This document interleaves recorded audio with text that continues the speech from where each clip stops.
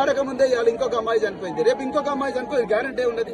రెక్కాడితే డొక్కాడని కుటుంబాలు మా బతుకులనే తెల్లారింది. కనీసం వీళ్ళ బతుకులను బాగుండాలని పిల్లల్ని తీసుకొచ్చి ప్రభుత్వ గురుకుల పాఠశాలలో పెడితే ఇలా గురుకుల పాఠశాల కూడా పిల్లల బతుకుల గ్యారంటీ లేదు. నేను అంటున్నా, అయ్యా రేవంత్ గారు మీకు దండం పెట్టి చెప్తున్నా, మీ 6 గ్యారంటీలు తెలంగాణకు లేకపోయినా మంచిదే సార్, కానీ మా పిల్లల ప్రాణాలకు గ్యారంటీ ఇవ్వండి.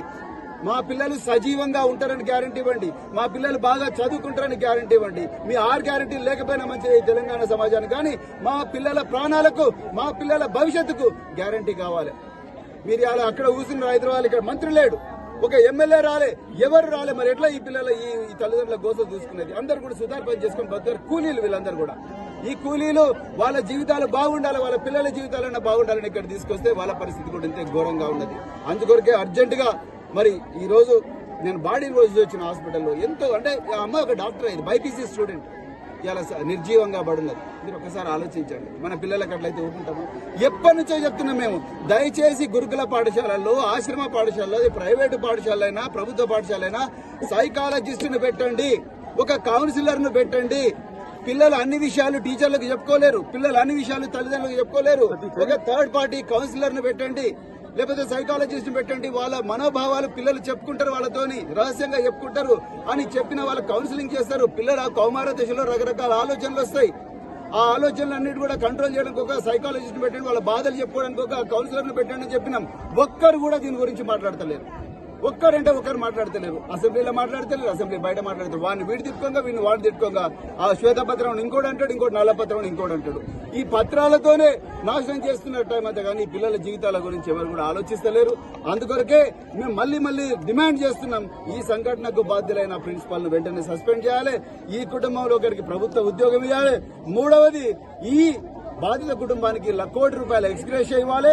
అదేవిధంగా ప్రతి గురుకుల పాఠశాలకు, ప్రతి హాస్టల్ కు, అది ప్రైవేట్ అయినా ప్రభుత్వమైనా, కంపల్సరీ సైకాలజిస్ట్ లేకపోతే కౌన్సిలర్ గా చర్యలు తీసుకోవాలి.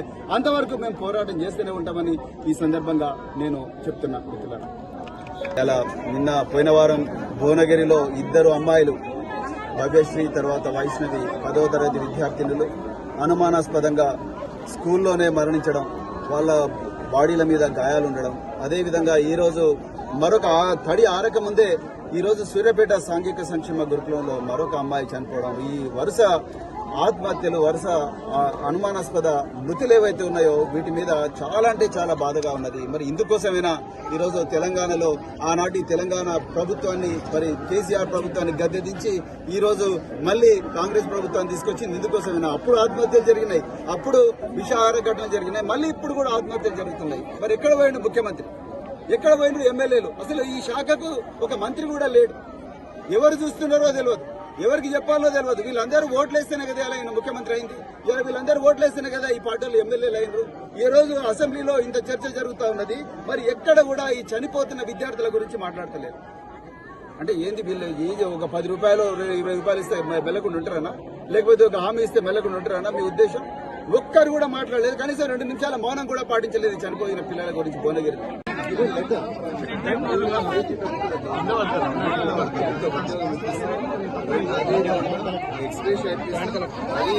దీని మీద బాధ్యులైన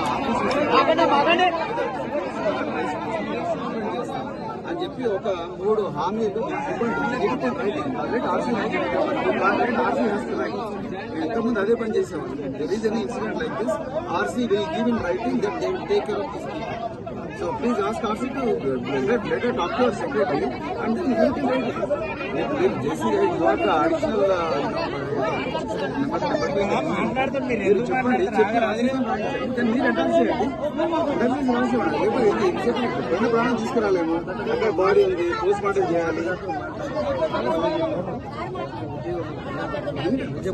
ఎగ్జాక్ట్లీ 100%.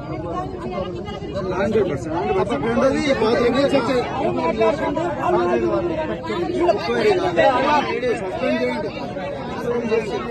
సస్పెండ్ చేసి తర్వాత పెండింగ్ ఎంక్వైరీ సస్పెండ్ చేయండి ముందు. మీరు సస్పెండ్ చేయండి ముందు, దాని తర్వాత ఎంక్వైరీ చేయండి. పెండింగ్ ఎంక్వైరీ సస్పెండ్ చేయండి ముందు. Why can't you suspend? మీరు ఎంతమంది చేయలేదు, ఎంతమంది ఆఫీసర్లు మీరు సస్పెండ్ చేస్తలేరు పెండింగ్ ఎంక్వైరీ? దాని తర్వాత చేయండి. ఆమె నిర్దేశం అయితే మళ్ళీ రీఇన్స్టేట్ చేయండి, ఎన్ని రోజులు ఇట్లా ఒక్క భువనగిరిలో ఇద్దరు చచ్చిపోతారు. ముఖ్యమంత్రి ఏం మాట్లాడు, అధికార పార్టీ వాళ్ళు మాట్లాడు, వెల్ఫేర్ శాఖ మినిస్టర్ లేడు, వెల్ఫేర్ శాఖ మినిస్టర్ లేడు. మరి ఎవరు నడిపిస్తున్నారు వెల్ఫేర్ శాఖను? ఎవరైనా వచ్చి రమ్మని చెప్పండి చూద్దాం.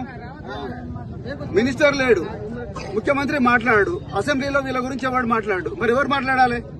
అంటే ఎస్సీ ఎస్టీలు బీసీలు ఓట్లు కావాలి, ఆ పిల్ల పాలాభిషేకాలు చేయాలి, వీళ్ళకి అభిమాన సంఘాలు పెట్టాలి, ఆ పిల్లలు పల్లెకిలో మోయాలి. చచ్చిపోతే మా పిల్లలు ఎన్ని రోజులు కావాలి? ఇట్లా మేము ఎన్ని రోజులు కావాలి? మా పిల్లలు మా ఇళ్లలోకి వచ్చి చూస్తే తెలుస్తుంది. ఒక్కొక్కటి కూలి పని చేసుకుని పిల్లలను చేతగాకి ఇక్కడ పంపిస్తున్నాం. ఒక్కరోజు ఆలోచించిన ఈ ముఖ్యమంత్రి, ఒక్కరోజు ఆలోచించి ఎమ్మెల్యేలు అప్పుడు కేసీఆర్ ప్రభుత్వంలో ఇట్లనే అయింది, ఇప్పుడు ఈ ప్రభుత్వం ఇట్లయింది. మరి ఎప్పుడు బాగుపడుతుంది ఈ సిస్టమ్? అప్పుడు చచ్చిరి, ఇప్పుడు చచ్చిరి. మరి ఎక్కడున్నది తేడా? ఒక్కరు కూడా పట్టదు. వచ్చి రోడ్ల మీద కూర్చోవాలి. ఎన్ని సంవత్సరాలు కూర్చోవాలి మరి రోడ్ల మీద? ఇట్లా ఎప్పుడు ఆలోచించినా సార్ మీరు? దయచేసి మీరు వాళ్ళని తీసుకురండి, ఆర్సీ తీసుకొచ్చి రైటింగ్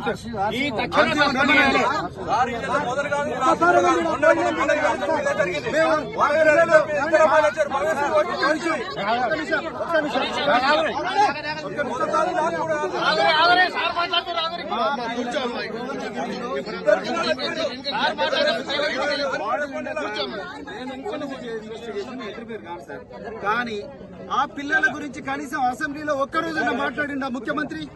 ఒక్కరోజున ఎమ్మెల్యేలు మాట్లాడిండ్రా? ఒక్కరోజున ప్రతిపక్ష పార్టీల వాళ్ళు మాట్లాడిండ్రా? వీళ్ళ ఓట్లు లేకపోతే మీరు ఎట్లా పోతారు అసెంబ్లీలకు? వీళ్ళు ఓట్లు లేకపోతే అసెంబ్లీలోకి పోతారా మీరు? ఇలా మా పిల్లల కోసం మీరు రోడ్ల మీద ఎక్కడ పోయినా మరి మీ ఎమ్మెల్యేలు, ఎక్కడ పోయినా మీ మినిస్టర్లు, ఎక్కడ పోయిన ముఖ్యమంత్రి? ఒక్కరోజు మాట్లాడుతున్నారా?